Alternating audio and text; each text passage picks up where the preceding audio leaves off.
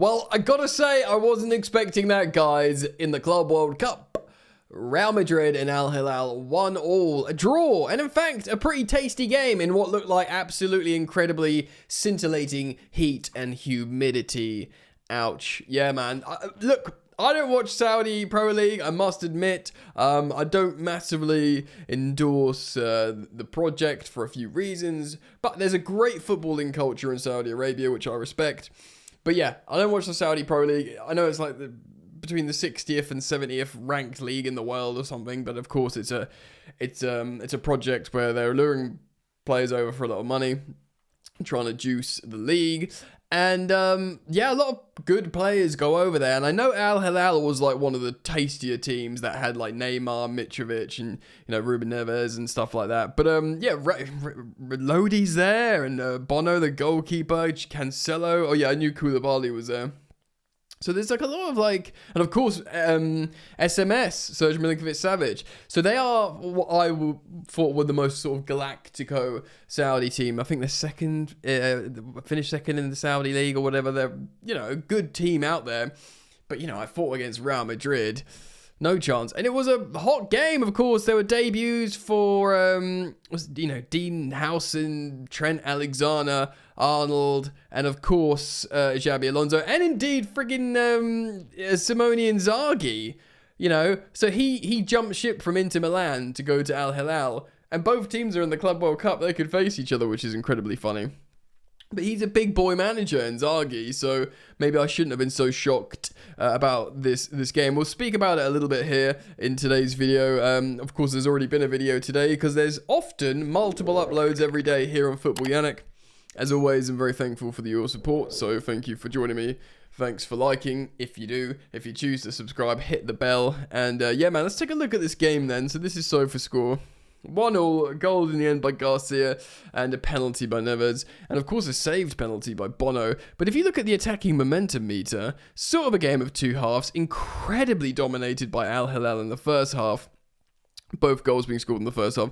A little bit more split, well, more so Real Madrid in the second, but maybe a little bit more split. If you look at that, actually pretty even for the whole game. Of course, there was no Kylian Mbappe, but so people will think, oh, it's not the strongest Real Madrid team. I saw people saying on social media. But let's look who featured here, man. Thibaut Courtois in goal. Dean Howson. Maybe you don't have a Rudiger there, but Asensio's been playing loads for Real Madrid. Dean Howson, of course, the new expensive signing. Garcia at left back. Trent Alexander-Arnold, the new high-profile signing at right back. A midfield of Jude Bellingham, Aurélien Tchouameni, and Fede Valverde. Incredible, really. And then, of course, Vinny Jr. and Rodrigo are starting.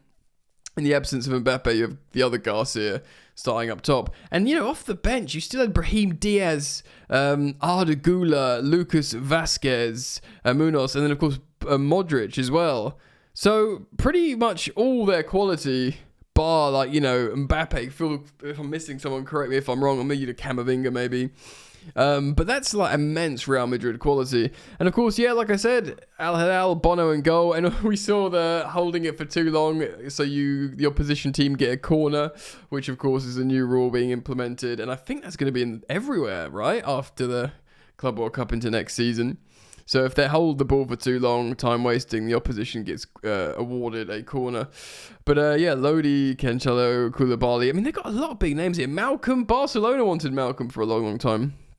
I don't know what's going on with Mitrovic. I'm pretty sure Mitro plays for Al Hilal. Let me just double check that.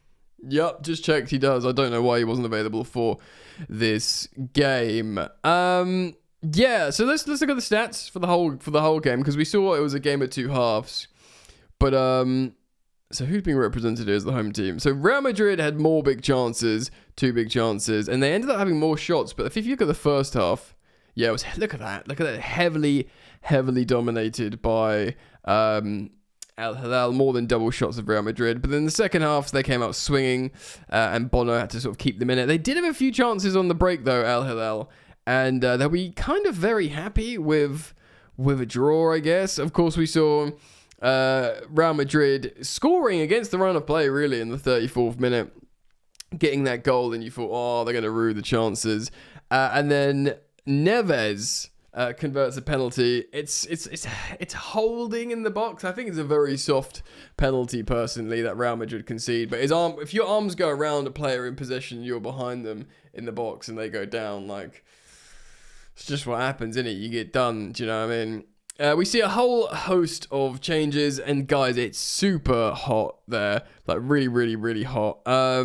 You've got, Simone Inzaghi on the touchline, sweating his gonads off. He's a super animated manager at the best of times, but in this heat, he must have been melting. We see loads and loads of changes. Trent comes off, Vasquez comes on, where's the armband? A bunch of Al Hilal changes. And then a penalty awarded. I feel like we should talk about this penalty situation, because if the who is it that gets hit in the face? Is it Garcia? I don't know which player gets the lip. One of the Garcias, but it's real tough, because I saw on social media as well people speculate if that player was a little bit taller, it's just a sort of arm across the chest to protect them, but because it's a short player, it hits him in the lip and he gets a bleeding lip. It's tough. I can't decide entirely if because I saw so many people saying it shouldn't be a penalty. How's that a penalty? And I think, yeah, it's definitely controversial, so I can see why people say it. But his arms up, he sort of looks at them, he knows where the player is, or he looks and his arms up, but he could just be protecting the ball, and then it just hits his mouth, creates blood, a little bit of a busted lip, so it creates this sort of narrative there. I don't know, lots of people thinking it's an absolute farce or whatever. It did seem like soft, and he looks at it for a long, long time, the referee on the monitor, long time, and the more you look at something, it never gets better, does it, on the VAR? The more you look, the more chance they're going to give a penalty against the player, the players or the defending team. Let me know what you think. Please comment down below. This penalty that was awarded, excuse me, for Garcia, so Frank Garcia, maybe left back. Excuse me, I just downed a cup of tea, so I'm hiccuping. Yeah, let me know your thoughts. Do you think it was a penalty, or do you think it was soft, or just straight up wasn't a penalty? But the guy, the former Atletico man, just like Lodi, both former Atletico, makes a save. It was taken by Fede Valverde, I think. It wasn't a great penalty, and Bono saves it, and yeah, they go for it in stoppage time. Both teams, there's corners at both ends.